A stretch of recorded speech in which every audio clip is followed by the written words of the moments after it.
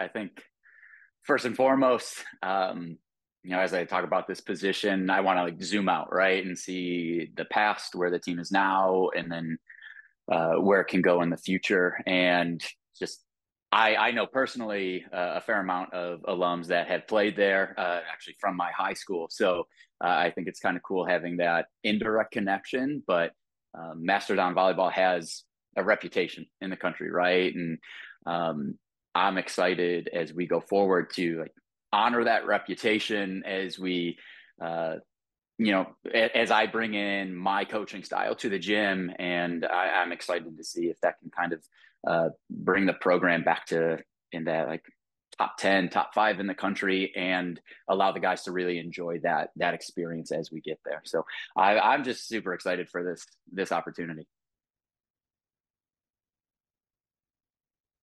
Fire away as you choose. Well, Coach Don, first off, welcome to Fort Wayne. You brought up just having that winning culture during your last stop over at Damon. What made that program just so successful, and how do you hope to translate that as you take that next step and come over here to Fort Wayne? Yeah, obviously I have a very biased opinion on that, right? Since I was kind of leading the charge, but I would tell people that I thought we were one of the best kept secrets in men's volleyball, just kind of under the radar each year, getting like a little bit more clout and a little bit more respect. And, a few more people could pronounce the name correctly and spell it correctly, which was nice. And to me, the culture that we put in place, it wasn't either or. It wasn't either we're going to be great.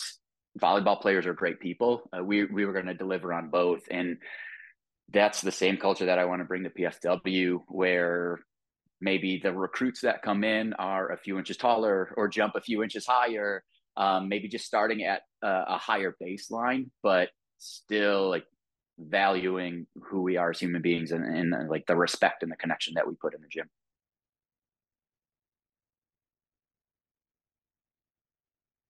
Coach, could you kind of describe kind of what led ultimately to your decision to come to Purdue Fort Wayne, and what you hope your ultimate goal here during your time here as a coach?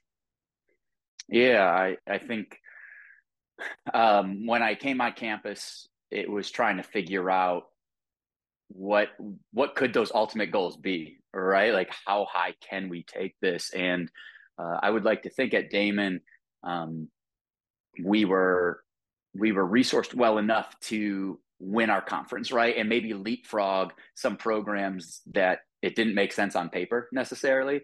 And that's what we were trying to, that's what I wanted to gauge as I visited PFW, is like, are we going to be resourced necessarily like an Ohio State or UCLA?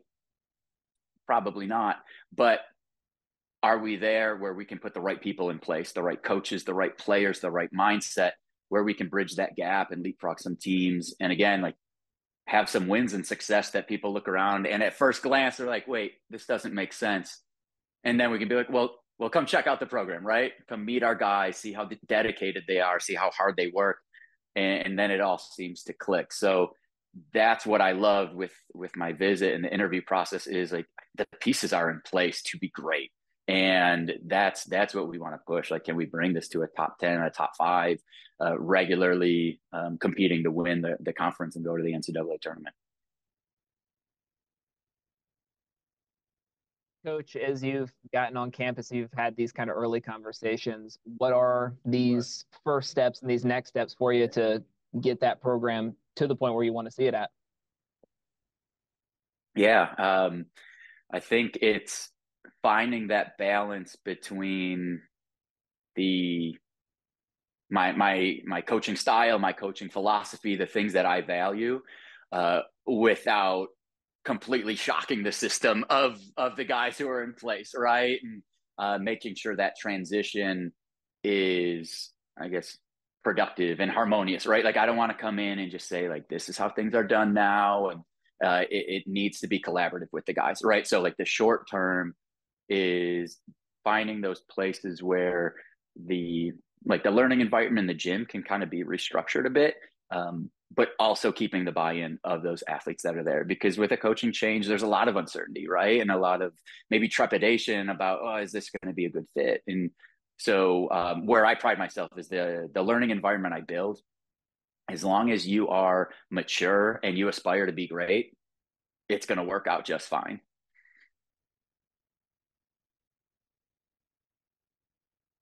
Hi, I'm Victoria Jacobson. I'm one of 3 sports reporters at the Fort Wayne Journal-Gazette. And I just wanted to ask a little bit more about your coaching style. I know you've touched on it a little bit in a couple of these answers, but what makes you tick as a coach? Yeah, we could kind of do a little deep dive here. I like it. And it's what's fun is I think some people might look at it as kind of like soft or too warm and fuzzy of some of like the concepts, like maybe, okay, in theory it sounds great, but in practice, does it actually work? But the biggest thing is finding the guys who are bought into that style, right? Because there's so many different ways to coach this game, and different players flourish in different environments, and it's finding the guys that fit it. So for me, the 4 main ways that we like to motivate our guys are through joy, connection, aspiration, and growth. And if we can build an environment that leans into those ideas as motivation, then 1, I think we can be great, and 2, the guys enjoy the ride as well.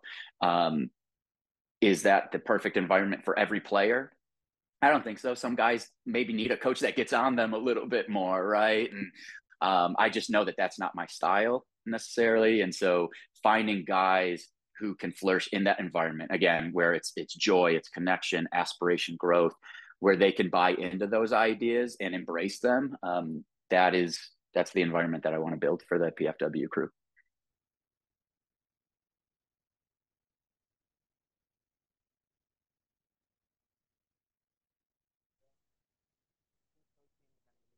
I'm not hearing Drew. I don't know if anybody else is. Looks like your mic's not connected or something. Can you all hear me now? Yes. Okay. Okay, perfect. But yeah, so as the new system comes in and kind of this, this new era for, this program, what is your pitch to the fans and to the people to kind of buy into this once the players have done so already? Yeah. I think for me, the doors are open.